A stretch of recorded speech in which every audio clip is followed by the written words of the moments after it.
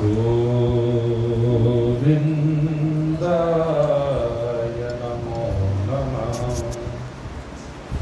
श्रीकृष्णाय नमो नमः। नारायणाय नमोस्तुते।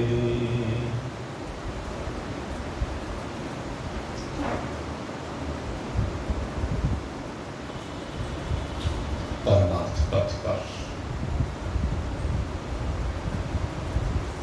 अति विशिष्ट भावों से संयुक्त होकर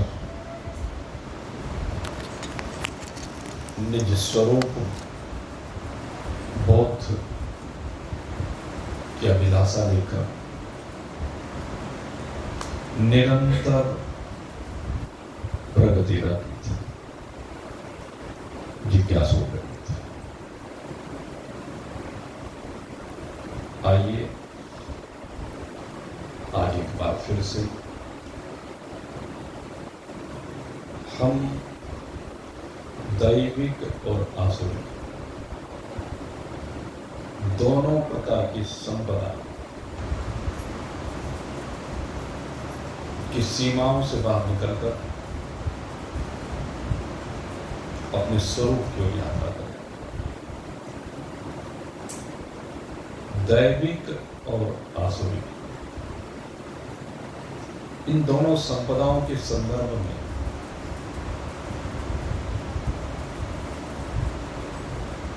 काफी चर्चा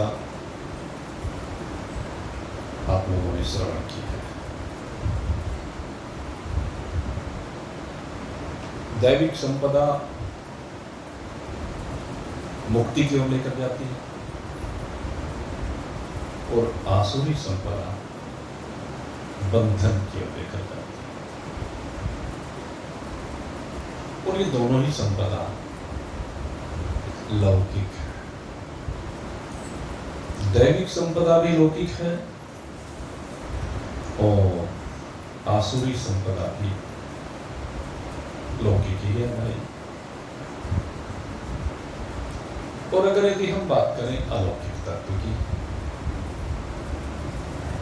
तो अलौकिक तत्व में न दैविक संपदा है और न ही आसुरी संपदा है। अलौकिक तत्व में इन दोनों का कोई भाव नहीं। जितने भी साधन कहे गए हैं, कहते वो साधन भी देखा जाए तो लौकिक ही है। लेकिन जब हम साध्य की बात करते हैं तो साध्य लौकिक नहीं, साध्य तो अलौकिक होता है। परमात्मा अलौकिक है और जितना भी प्राणी समुदाय है, यहां पर भगवान केवल मनुष्य की बात नहीं कर रहे। समस्त प्राणी समुदाय कहते वो सब का सब लौकिक है। क्योंकि जो 3 लोग अथवा 14 हुआ,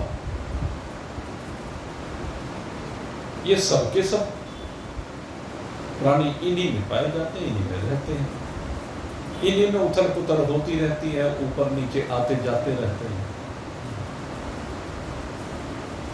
लोक तो यही है, जो लोक में हो उसे लौकिक, और जिसमें लोगों की स्थिति वास्तव में वस्तुतः न हो, कहने के लिए तो है, कहने के लिए तो परमात्मा में लोगों की संरचना है, लोगों की कल्पना है, लेकिन ये सब निवृत्त हो जाने वाला। कहते जब अपने स्वरूप का बोध होता है तो ये माया शांत हो जाती है। परमात्मा में और माया में अंतर यही है, परमात्मा को अनंत कहा गया और माया को परमात्मा भी विराजमान तो कहा गया, लेकिन शांत होने वाली कहा गया। माया भी अनादि है, लेकिन शांत हो जाती है बोध होने पर, और परमात्मा भी अनादि है, लेकिन उसकी अनंतता सदा विराजमान रहती है, इसीलिए वह अलौकिक है। माया लोकों में व्याप्त है, या माया में सारे लोक व्याप्त हैं, लेकिन परमात्मा में वस्तुतः न माया है, न लोकांतर है, न प्राणी है, सब केवल जीव की कल्पना है। इसलिए उस परमात्मा तत्व को अलौकिक कहा गया। यहां पर एक बात मैं और आपको स्पष्ट कर दूं, ये जो मैं बात कर रहा हूं, ये भगवान को लेकर नहीं कर रहा हूं। भगवान को लेकर बात नहीं, ये ब्रह्म तत्व को लेकर है, परमात्मा तत्व को लेकर है, सत्य स्वरूपता को लेकर है, चित्त स्वरूपता को लेकर है, ज्ञान स्वरूपता को लेकर है, प्रकाश स्वरूपता को लेकर है, आनंद स्वरूप को लेकर है। और जब हम ईश्वर की बात करते हैं, भगवान की बात करते हैं, तो भगवान भी इन लोकों के अंतर्गत ही है, और भगवान इन समस्त लोकों के कर्णधार हैं भाई, इन सब लोगों के स्वामी हैं भाई, सब लोग उनके इशारे से चलते हैं भाई, सब लोगों के अधिपति हैं भाई। भगवान सब लोगों के अधिपति हैं, लेकिन जब ब्रह्म की बात होती है तो ब्रह्म में न जीव है, न ईश्वर है, न जगत। ब्रह्म में कुछ नहीं, ब्रह्म तो अपने आप में एक अकेला अपनी प्रतिष्ठा में विराजमान है, और जितने भी विशेषण हम उसके लिए उपयोग करते हैं, वो सारे विशेषण भी कहने और सुनने के लिए जिज्ञासु के दृष्टिकोण से। जिज्ञासा है, इसलिए परमात्मा को समझाने के लिए कह दिया जाता है, अन्यथा तो परमात्मा को केवल है रूप से कहा गया, बस है। ब्रह्म भी एक विशेषण उसमें कल्पित है, परमात्मा भी उसमें एक विशेषण कल्पित है भाई। सत्यम ज्ञानम अनंतम ब्रह्म, ये सारे विशेषण कल्पित ही हैं, ये सारे विशेषण ही हैं।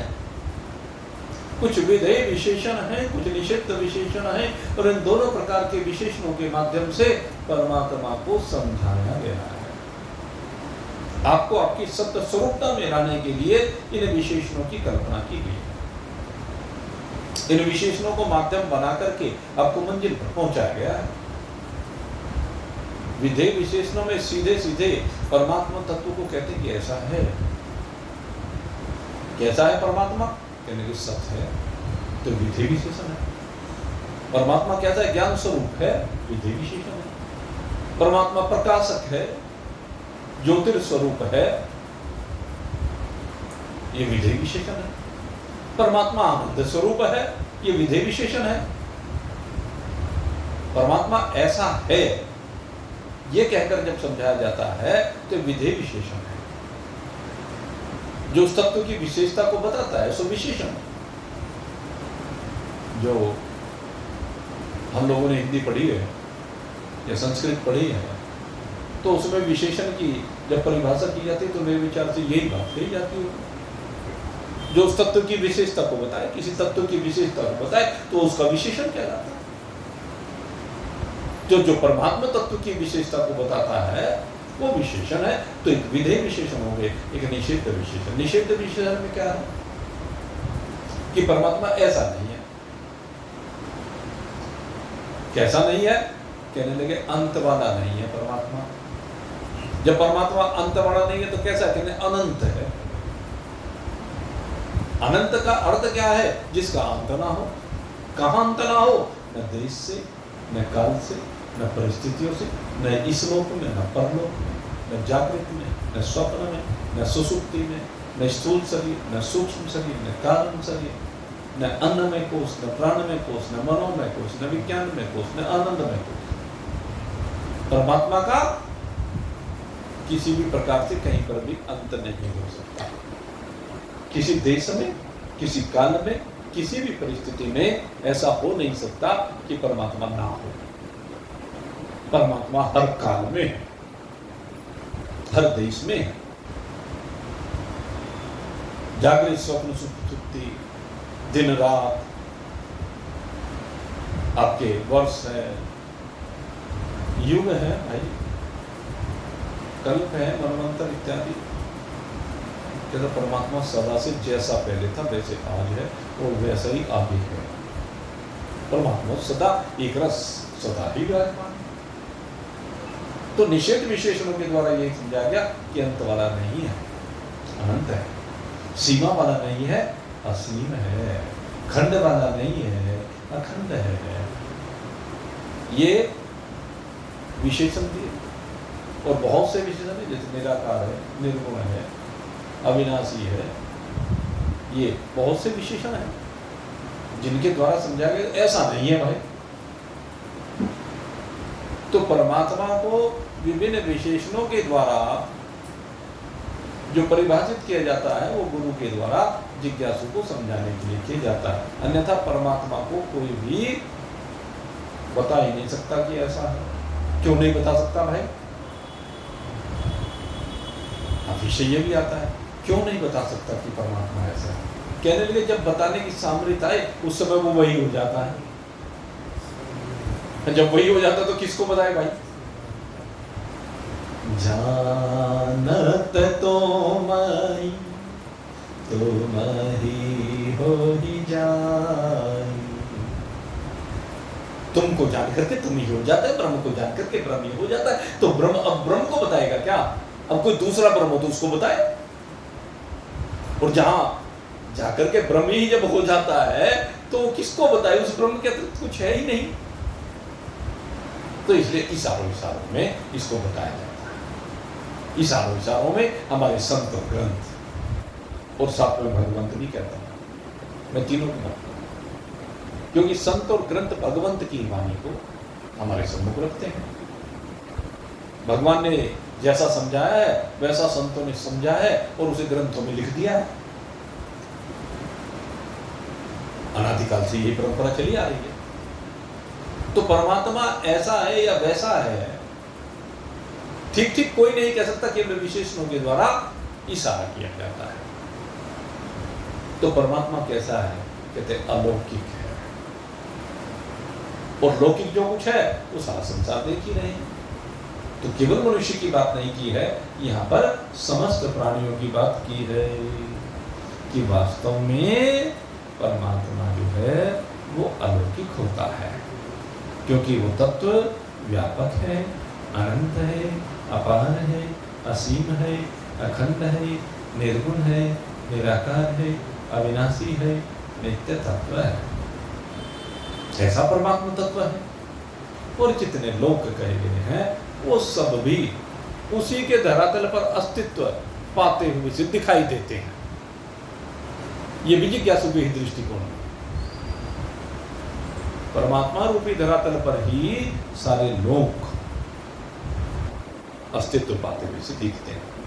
परमात्मा के अस्तित्व से ही उनमें भी अस्तित्व दिखाई देता, नहीं तो उनका अस्तित्व कुछ होता नहीं। अब प्रकाश का क्या अस्तित्व है? विचार करके देखो, प्रकाश का अस्तित्व क्या है? कुछ नहीं। उस समय के लिए भाषित होता है हर क्षण। अब देखिए सूर्य से किरणें निकल रही हैं, कहां जा रही हैं? हर क्षण। कहां चली गई? अरे वो तो जाए,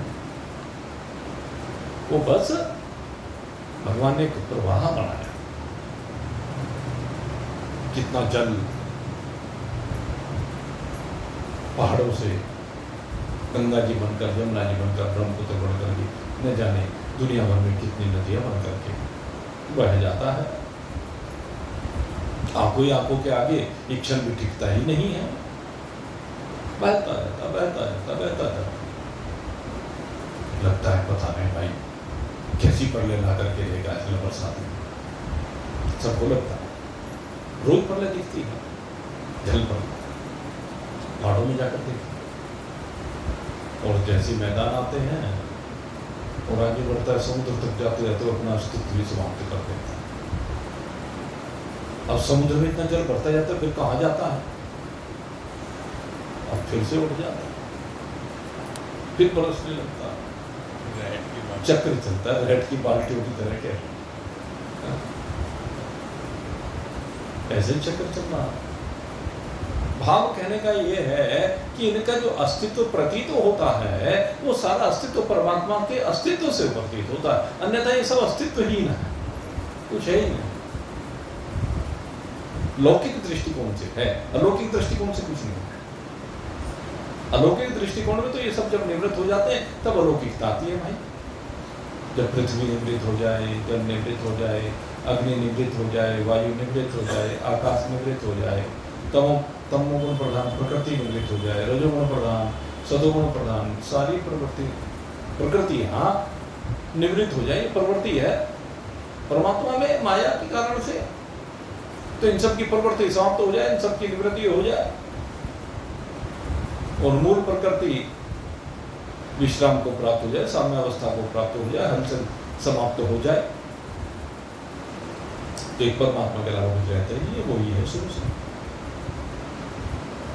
हर समय परमात्मा ही है, परमात्मा ही विभिन्न रूपों को धारण करके हमारे सामने विराजमान है। हकीकत तो यही है,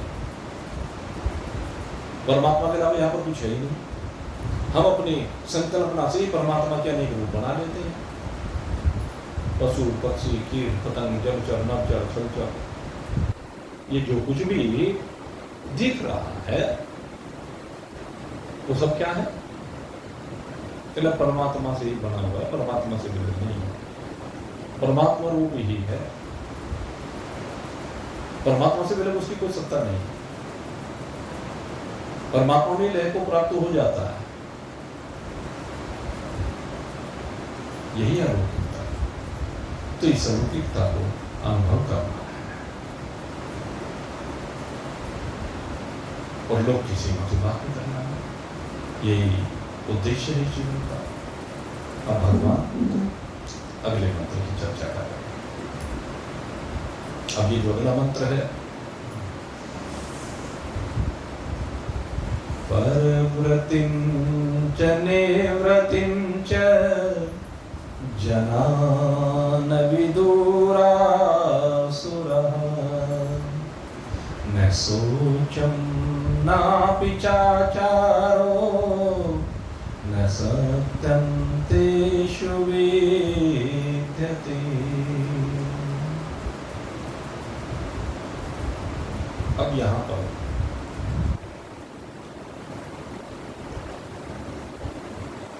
प्राणियों के बारे में बताया कि जो आसुरी प्रकृति वाले मनुष्य हैं उनको किस में प्रवृत्त होना चाहिए और किस से निवृत्त होना चाहिए। वे बड़े भाग्य से मनुष्य का शरीर मिला है और बड़े भाग्य से मनुष्य का शरीर जो हमें मिला है, इसमें अधिकांश व्यक्ति तो प्रवृत्ति मार्ग की ओर चलते हैं, उन्हें बेचारों को पता ही नहीं है। अगर यदि हम देखें तो संसार में है क्या, सब प्राणी खाने पीने में लगे हुए हैं, भयभीत होने और भयभीत करने में लगे हुए हैं,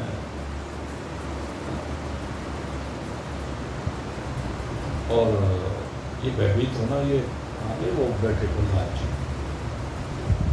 बड़ा भय सा लग रहा। आज उन्होंने आते मेरे से कहा कि भय सा लग रहा है। भाई कहीं से भय लग रहा है तुम्हें? काहे का भय लग रहा है? ऐसा क्या हो गया जो तुम्हें भय लग रहा है? ऐसा क्या देख लिया, ऐसा क्या हो गया जो पहले ना हुआ, जिसके बारे में पहले सुना ना हो, कहा ना हो, देखा ना हो? ऐसा क्या हुआ? विचार करिए, ये प्रहलाद जी की बात नहीं है, सबकी बात है। हम क्यों भयभीत होते हैं? किसी ने भयभीत हो रहे? शरीर के बारे में क्या आपको सबको पता नहीं है कि शरीर तो जाएगा भाई? सदा तो किसी का रहने वाला है नहीं, तो इसको लेकर के भयभीत क्यों है?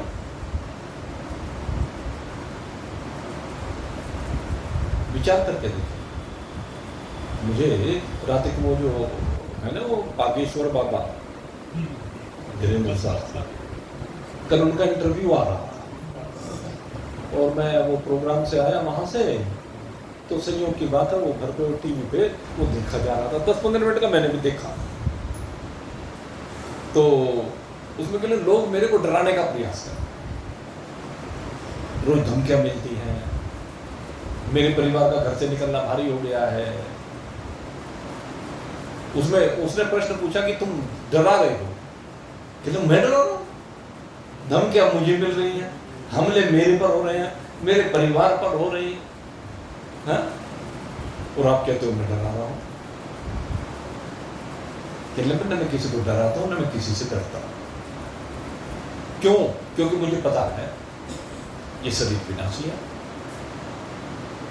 भाई, एक दिन तो ये जाएगा ही, और जिस दिन ये जाना है, जिस समय जाना है, उस दिन चाहे दुनिया कितना ही प्रयास कर ले, कोई रोक नहीं सकता। और जब तक वो दिन नहीं आएगा, किसी की इतनी हिम्मत नहीं है कहने लगे इसको लेके चला जाए। तो फिर डर किस बात का भाई, मैं क्यों डरूं? किसमें इतनी हिम्मत है समय से पहले इस शरीर को लेके चला जाए? विचार कर, तो भय कहां है, डर कहां है? क्यों रोता सीरिय मानवा? क्यों रोता है? क्यों परेशान होता? रोने का विषय ही नहीं भाई। जितनी चाबी भरी आपके प्रारब्ध में, फिर तो राम ने कहते हैं जितनी चाबी भरी राम ने उतना चले किया। ये आभजन बहुत बार हम बनाते हैं, लेकिन मैं कहता हूं राम जी नहीं, जितनी चाबी भरी प्रारब्ध में उतना ही शरीर चलता है। जितना प्रारब्ध आप लेकर के आए हो, जितना बैंक बैलेंस लेकर के आए हो, जिस दिन वो जीरो हो जाएगा उसी दिन जयराम जी का टिकट कटेगा। सीधी सी बात है। ये डॉक्टर साहब कहा करते हैं, टिकट कटे हुए सबके टिकट कटे हुए हैं, बस रेल में बैठे हुए हैं, और रेल में बैठ करके जिसका जहां तक का टिकट कटा हुआ है, जैसे ही वहां तक वो पहुंचेगा ऑटोमेटिक कट हो जाएगा, क्योंकि जितना रिचार्ज करा रखा है मोबाइल में, जैसे ही समय पूरा हुआ, बैलेंस जीरो हुआ, कोई सुनवाई नहीं है। कि कोई सुनवाई वही कट जाएगा, यही नियम है। तो भाई प्रारब्ध के द्वारा इस शरीर में जितना बैलेंस लेकर के आए हो, जितना इसे चार्ज करा के लाए हो, उतने ही समय चले, डरते काहे? अब से पहले शरीर नहीं छोड़ेगा, विचार करो। अब से पहले तुम कितनी बार शरीरों को छोड़ चुके हो, और ये भी तुम्हें निश्चित पता, ये भी छोड़ना पड़ेगा। अरे छोड़ना पड़ेगा, छोड़ देंगे जैसे पहले छोड़े ऐसे ही अब इसको भी छोड़ देंगे। जैसे उनका कुछ पता नहीं, ऐसे इसका भी कुछ पता नहीं। तो भाई बस एक फर्क है उन शरीरों में और इस शरीर में, उस फर्क पर गौर करो। भगवान कहते हैं कि अन्य शरीरों में और इस शरीरों में एक फर्क मैंने किया है। अन्य जितने भी शरीर हैं सब प्रवृत्ति मार्गी, सब शरीर, और अधिकांश मनुष्य शरीर को पाकर भी प्रवृत्ति मार्गी ही है। संसार में प्रवृत्त हो रहे हैं, जो संसार में प्रवृत्त हो सो प्रवृत्ति मार्गी, यही तो है प्रवृत्ति मार्ग। सब संसार में प्रवृत्त हो गए। वह निद्रा हमें तुम चश्मानी तो पशु भी नरों में भी पशु वाले गुण है, इन गुणों को पशु वाले गुण कहा गया। तो जो लोग इसमें लगे हुए प्रवृत्ति मार्गी हैं, लेकिन कहते हैं मैंने इस शरीर में एक विवेक शक्ति आपको अधिक दी है, और लेकिन इस विवेक शक्ति को जागृत करना पड़ता है। अगर ये विवेक शक्ति जागृत हो जाए तो आप प्रवृत्ति मार्ग के बजाय निवृत्ति मार्ग की ओर चले जाए, और जैसे निवृत्ति मार्ग की ओर चलोगे आपके सारे दुख पीछे छूट जाएंगे। ये अंतर है। प्रवृत्ति मार्ग में तो रोज दुख झेलने पड़ेंगे, और निवृत्ति मार्ग में आपको पता ही नहीं लगेगा दुख क्या होता है। ये विशेषता, क्योंकि उस समय विवेक हो जाता है। ये विवेक शक्ति भगवान ने, कहते हैं, मैंने इस मनुष्य शरीर में आपको दे करके भेजा है भाई। आप इस शक्ति को कैसे जागृत कर सकते हैं? तो भगवान ये उपाय बताते हैं। कहने लगे इस शक्ति को अगर आपको जागृत करना है तो 3 प्रकार से इसको जागृत किया जा सकता है। कहता है सबसे पहले भगवान ने जो हमारे शास्त्र रखे हुए हैं, इन शास्त्रों में उपाय बताया है। विवेक शक्ति को जागृत करने के लिए ग्रंथों में उपाय बताए, लेकिन भाई ग्रंथ पढ़ने की योग्यता भी होनी चाहिए। एक बार जब बिल्कुल प्रारंभिक दौर में ये सत्संग प्रारंभ हुआ,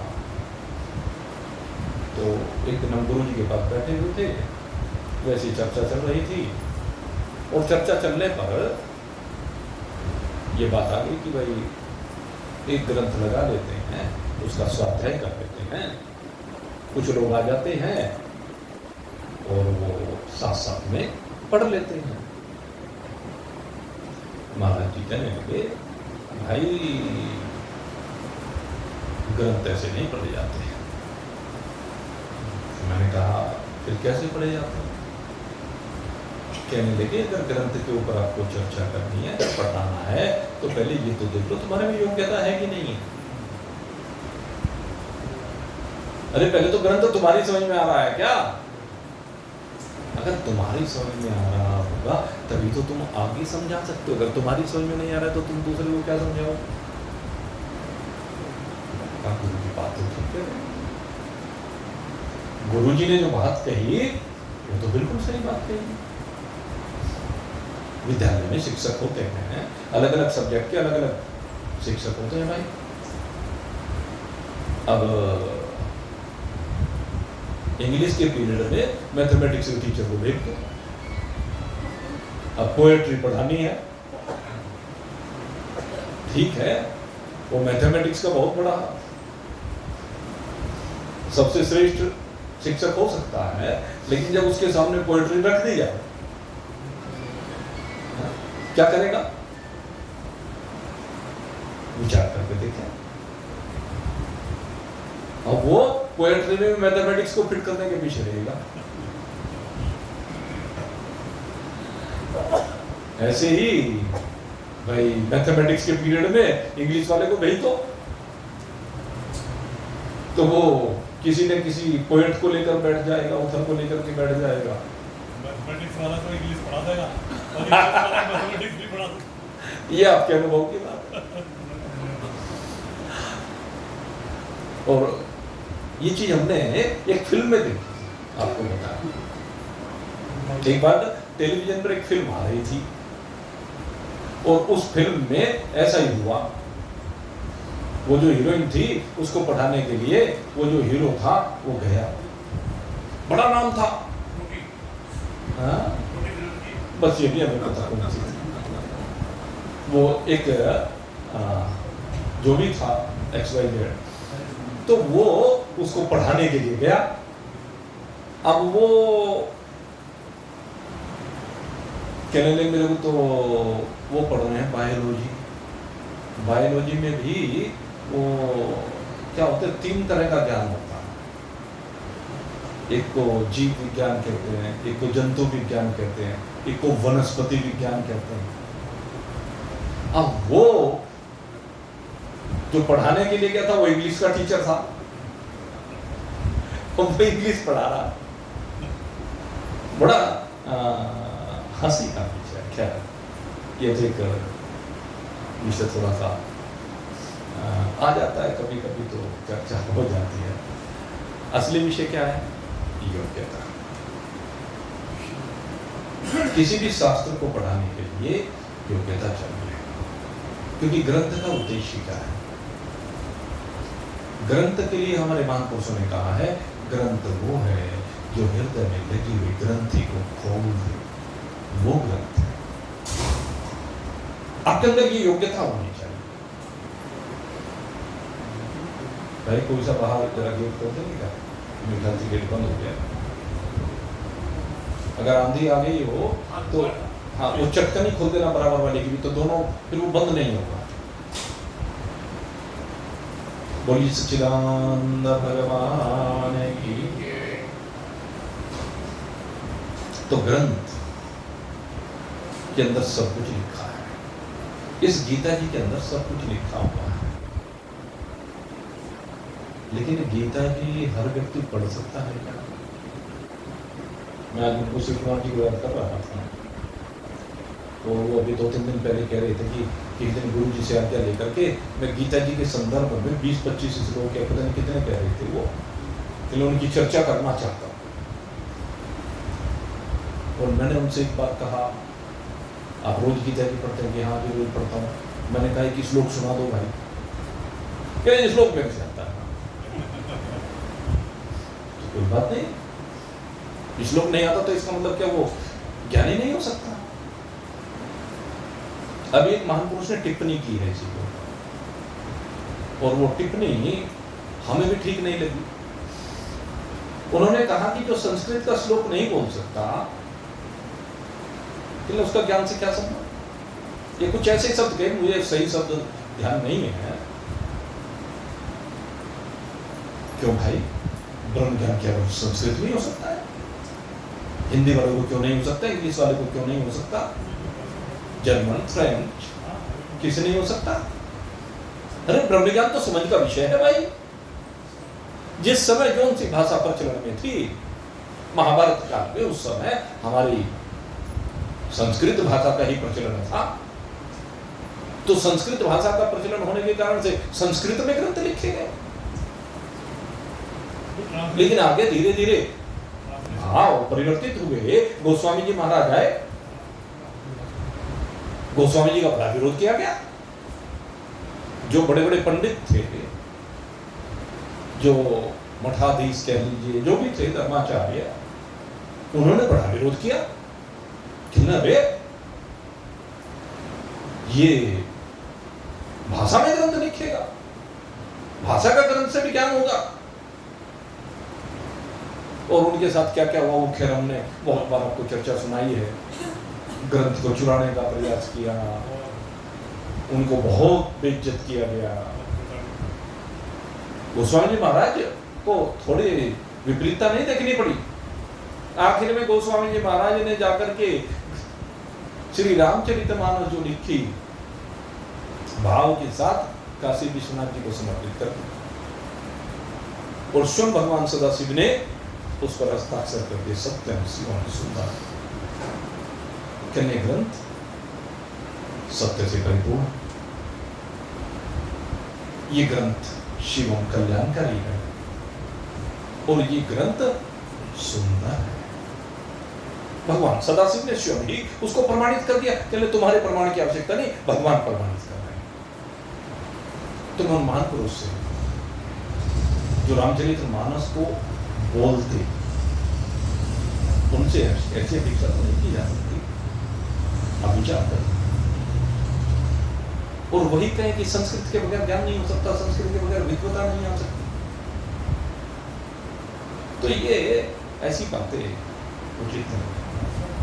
गीता जी तो समझ का विषय है। जो भी समझ ले, जिस भाषा में समझ ले, जैसे समझ। अगर यदि दूसरी भाषाओं में नहीं हो सकती, तो आज सबसे ज्यादा ट्रांसलेशन ये बताया है कि गीता जी का ट्रांसलेशन दुनिया की सबसे ज्यादा भाषाओं में हुआ है। दुनिया में शायद कोई ऐसी भाषा नहीं है जिसमें गीता जी का ट्रांसलेशन ना हुआ हो। क्यों? क्या वो पागल है? पहले तो बात, गीता जी का ट्रांसलेशन करने की शक्ति, सामर्थ्य कोई साधारण व्यक्ति में नहीं हो सकती। हम 3 साल से ऊपर हो गए लगे हुए हैं, अब तक भी 3 साल में इसका ट्रांसलेशन ही तो चल रहा है। कर पा रहे हैं क्या? ये दादाजी कह रहे थे कि वो सब तो अंतिम दौर चल रहा है, अभी पता चल जाएगा दादाजी आज की तारीख लिख लो, क्या है? 25 अगस्त। 25 अगस्त है, तारीख लिख लो 25 अगस्त, और अभी 16 चल रहा है। अब भगवान से प्रार्थना करेंगे भाई अगली 25 अगस्त तक पूर्णाहुति हो जाए। ये कुछ नहीं, साधारण बात थोड़ी ना है। और गुरुदेव के आशीर्वाद से अगर यदि भाव निकलता है तो मेरे गुरुदेव की तो विशेषता है, एक श्लोक को एक साल लगा दे। सालों तक मेरे गुरुदेव तो एक श्लोक के ऊपर चर्चा कर सकते हैं। इतना ट्रांसलेशन है गीता जी का भाई। लेकिन मेरा भाव कहने का ये है, गीता जी हृदय में बैठाने का ग्रंथ है। गीता जी हृदयंगम करने का ग्रंथ है। भाषा कोई भी हो, पढ़ा हुआ हो या ना पढ़ा हुआ हो, जिसने अपने आप को पढ़ लिया उसने सब कुछ को पढ़ लिया। सीधी सी बात। भगवान यहाँ भी यही समझाना चाहते हैं। ये जो प्रवृत्ति और उन्नति का मार्ग है, एक तो ग्रंथ के द्वारा, पहली बात यही कही है ग्रंथ। दूसरी बात कही, कहने लगे विचार के द्वारा भी। कहने विचार के द्वारा भी आप निवृत्ति को प्राप्त हो सकते हैं, आप परमात्मा को प्राप्त कर सकते हैं। अब विचार कौन सा हो? अब यहां भी वही बात आ जाती है, विचार माने विचार सागर जैसा ग्रंथ। विचार सागर, विचार सागर बड़ा दिव्य ग्रंथ है, हमारा प्रक्रिया ग्रंथ है। स्वामी निश्चलदास जी समकालिक श्रेष्ठतम विद्वान, और मैं आज भी इस बात को बड़े गर्व के साथ कह सकता हूं कि हमारे यहाँ ऐसे महान विद्वान, ऐसी विभूतियां उत्पन्न हुई कि आज भी विचार सागर की काट करने वाला कोई महान पुरुष दिखाई नहीं देता। कई सौ साल हो गए। पंडित पीताम्बर जी ने टीका की, लेकिन आज भी जो महान पुरुष जो अपने स्वरूप के बोध को प्राप्त करते हैं, वो विचार सागर को पढ़ करके, विचार सागर पढ़े बगैर कहते हैं कि मैं अपने स्वरूप का बोध नहीं हो सकता। ये ऐसा दिव्य ग्रंथ है, ये तक कहा गया उसने, और वास्तव में ऐसा ही ग्रंथ है। हमने भी थोड़ी सी चर्चा एक दो बार उसके ऊपर की है। एक वर्ष तक लगभग उसको स्वाध्याय में रखा था।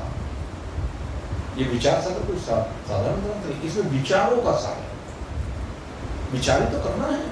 मैं कौन हूं, बस इतना ही विचार है भाई। अगर यदि आपने मैं कौन हूं को पहचान लिया तो विचार पूरा हो गया।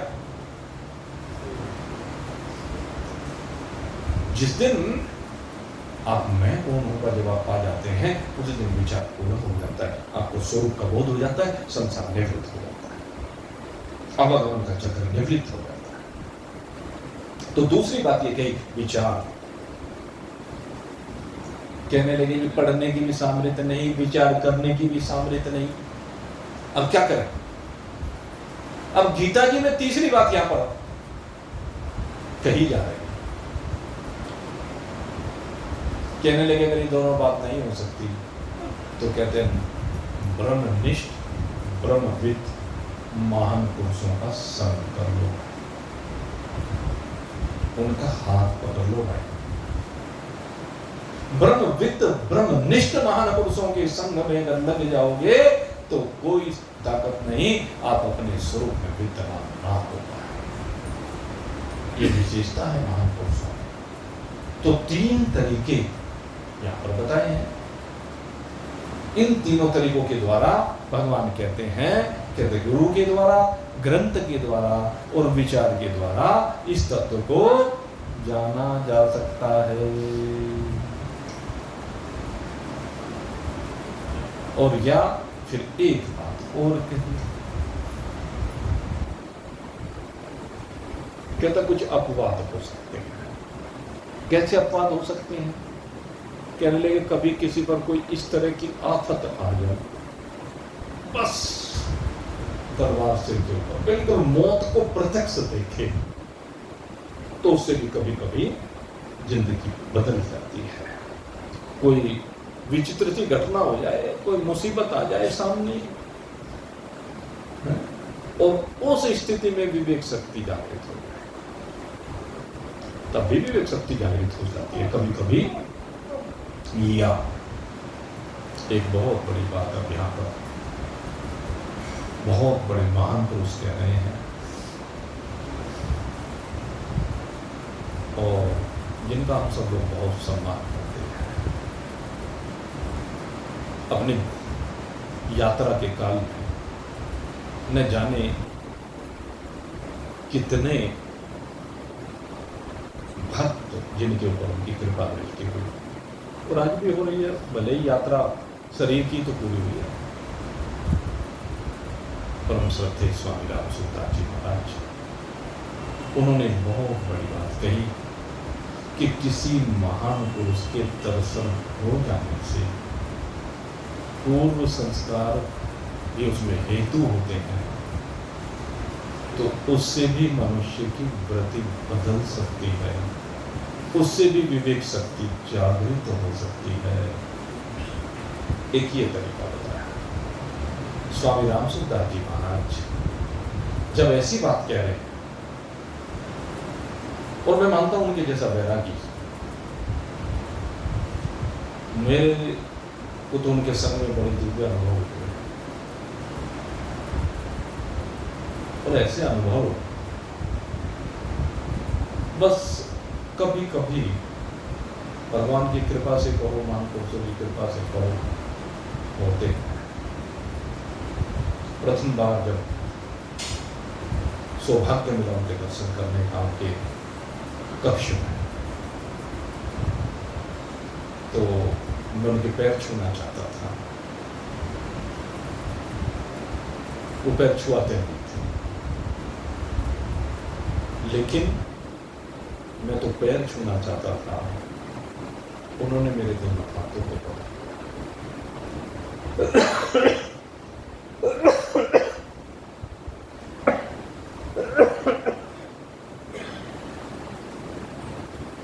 पहला अनुभव उन महान पुरुष के संग में, उनका वो पावन कोमल दिव्य अनुभव। ये जो बात कह रहे हैं ना, मेरे साथ चूंकि यह घटे इसलिए मैं कह रहा था, उनका जो दिव्य तेज, मुझे तो लगा कि वो तेज मेरे अंदर प्रविष्ट हो, मेरी उनके साथ एकरूपता हो गई, सुदबुद खो बैठे मात्र, ऐसा दिव्य तेज था, ऐसी अलौकिक स्थिति। तो ये जो यहाँ पर कहा है ना, महान पुरुषों के दर्शन से भी विवेक शक्ति जागृत हो सकती है, तो वो ऐसे ही महान पुरुष रहे हैं। मैंने देखा वहां पर दोपहर के समय में प्रश्नोत्तरी कार्यक्रम हुआ होता था, उसमें बड़ा दिव्य सत्संग, और मैं वहां पर जब उनके संग में बैठता, जैसे उनकी आंखों से आंखें मिलती थी ना, तो समझ लीजिए ऐसी दृष्टि होती थी, ये लगता था कि बस परमात्मा की दर्शन कर रहे हैं। ये मैं आपको व्यक्तिगत अनुभव की बात बता रहा हूं, ऐसा तेज था उन स्वामी रामसूरदास जी महाराज का। ये बड़े भाव की बात है मेरे मित्रों। तो ये जो बात यहाँ पर कही जा रही है, किस प्रकार से विवेक शक्ति जागृत हो सकती है, कारण ये भी है। और एक चीज और कही कि कब ये वृत्ति बदल सकती है, कब हम प्रवृत्ति से निवृत्ति की ओर जा सकते हैं, हम परमात्मा की ओर कब जा सकते हैं। कहते हैं जिन जिन स्थानों पर कोई बहुत बड़े बड़े प्रभावशाली संत हुए हैं, जहां पर उन्होंने निवास किया है, उन स्थलों पर या तीर्थों में, ऐसे शुभ स्थलों पर जाने से भी विवेक शक्ति जागृत हो जाती है। और इसका अनुभव अगर किसी को करना हो तो मैं आपको बताऊं, पास में गढ़ी पुख्ता है, पक्की गढ़ी, उससे आगे जंगल में परम श्रद्धेय स्वामी स्वरूपानंद जी महाराज वो विराजित हुआ करते थे। अगर यदि आज भी वहां उस कुटिया पर जाए तो वहां पर जाते ही एक पॉजिटिव एनर्जी अपने आप मिलनी शुरू हो जाती है। मैंने देखा अन्न में जितने महान पुरुष जहां जहां जिसके आवास रहे हैं, कुटिया रही है, अब वहां जाकर बैठ करके देखें, उसमें एक विशेष रूप से मैं चर्चा करना चाहूंगा श्री बद्रिकाश्रम की, क्योंकि वहां का भी अनुभव है।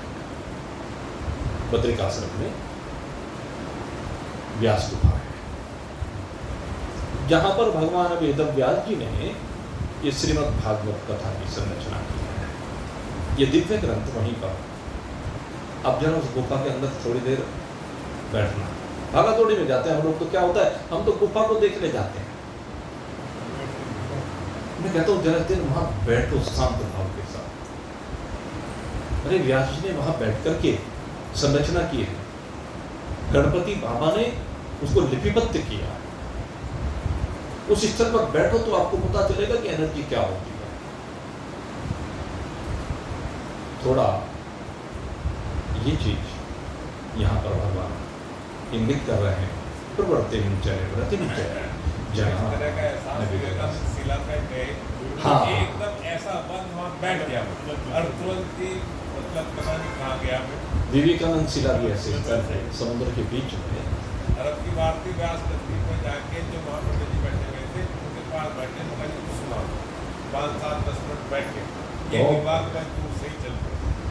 तो ऐसे स्थलों का फायदा तभी हम वहाँ पे उस स्थल को केवल देखने 2 घड़ी बैठिए और बैठ करके उस एनर्जी को जो महान पुरुष की रही है उसको अनुभूत करने का प्रयास करें, उसको आत्मसात करने का प्रयास करें, उसके साथ एक रूप होने का प्रयास करें। यही है विवेक शक्ति को जागृत करना। और जिसकी विवेक शक्ति जागृत हो जाती है निश्चय ही परमात्मा उसके हैं।